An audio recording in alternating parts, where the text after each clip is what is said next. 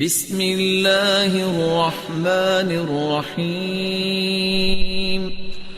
آپ صلی اللہ علیہ وآلہ وسلم نے چونکہ جب ہجرت کی ہے، آپ مدینہ پہنچے ہیں، ریاست مدینہ کا قیام ہوا ہے، تو سب سے پہلا چاند جو طلوع ہوا وہ محرم کا چاند تھا۔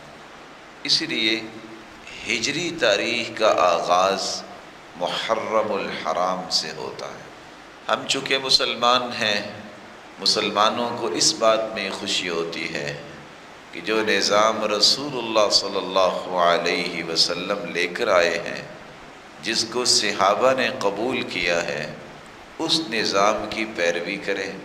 وہ عبادات سے متعلق ہو، وہ معاشرت اور معیشت کے متعلق ہو، ہمیں رسول اللہ صلی اللہ علیہ وسلم کے صحابہ کو اپنے لیے رول ماڈل سمجھنا چاہیے، اور دعا بھی کرنی چاہیے کہ اللہ تعالیٰ قیامت کے دن بھی ان کا ساتھ نصیب فرمائے۔ سب سے پہلے تو ہمیں جو کام کرنا ہے، لوگ خوشیاں مناتے ہیں مغرب اور یورپ اور یہودیوں کی نقالی کرتے ہوئے کہ اسلام میں اس کا کوئی تصور نہیں ہے، تو ہمیں بجائے اس کے کہ یہ خوشی منائیں کہ ایک سال ہم بڑے ہو گئے ہیں، سوچنا چاہیے میری زندگی کا ایک سال اور کم ہو گیا ہے، میری زندگی کی وہ دیوار کی ایک اینٹ اور گر گئی ہے۔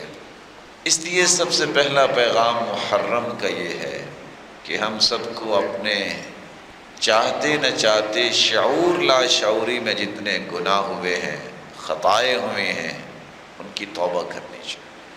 اللہ ایک اور سال گزر گیا، گناہوں کو تو معاف فرما دے۔ سچی توبہ کر کے نئی زندگی کا آغاز کرنا، یہ اس محرم کا پیغام ہے۔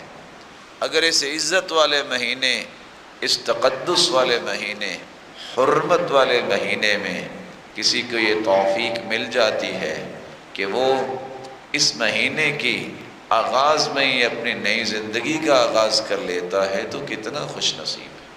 سال کا آغاز ہے، اس پہلے مہینے میں پلاننگ کرو۔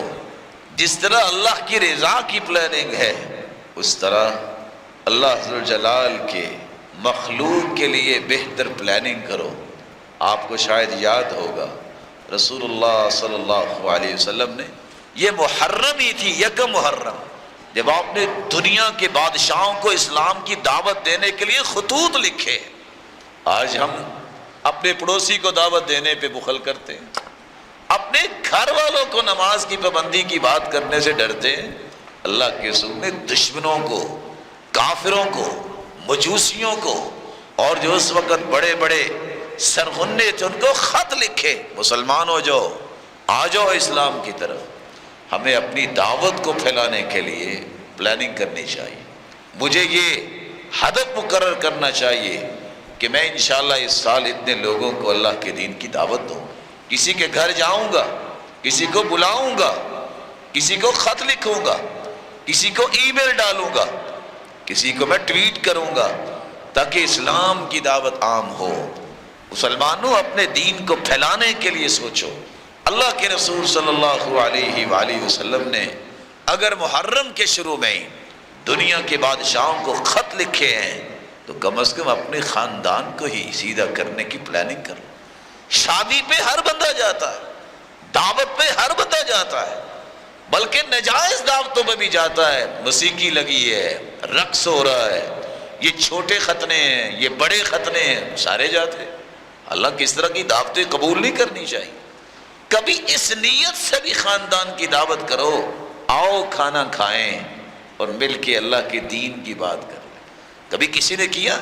اللہ کے رسول نے کیا ایسا؟ سارے خاندان کو بلایا اور بلا کے کیا کہا ہے؟ قیامت کو میں تمہارے کام نہیں آؤں گا، اپنے آپ کو جہنم سے بچا لو۔ چچا کو بھی کہا ہے، پپھو کو بھی کہا ہے، بیٹی کو بھی کہا ہے۔ اس طرح کی پلاننگ بھی کیا کرے۔ موسیٰ علیہ السلام کو اللہ نے آزادی دی، فرعون کو غرق کیا، تو کب؟ اسی محرم۔ اگر کوئی گناہوں میں کی بیڑیوں میں جکڑا ہوا ہے تو اپنے آپ کو آزاد کر لے۔ اگر کسی نے ظلم کا پنجہ گاڑا ہوا ہے کسی غریب پہ تو اللہ سے ڈر کے اس محرم میں اپنے پنجے اٹھا لے، وَمَا مِن ظَالِمٍ إِلَّا سَيُبْلَى بِأَظْلَمِهِ۔ آج اگر وہ ظلم کرتا ہے تو اسے یاد رہنا چاہیے اللہ اسے بڑا ظالم اس پہ مسلط کر دے۔ اللہ کے رسول صلی اللہ علیہ وآلہ وسلم کی بیٹی، ان کا نکاح بھی ہوا تو محرم کے اندر۔ آج نہ جانے مسلمانوں کو کہاں سے یہ سوچ مل گئی کہ محرم میں نکاح نہیں کرنا۔ رسول اکرم صلی اللہ علیہ وسلم کی بیٹی کا نکاح محرم میں ہو رہا ہے۔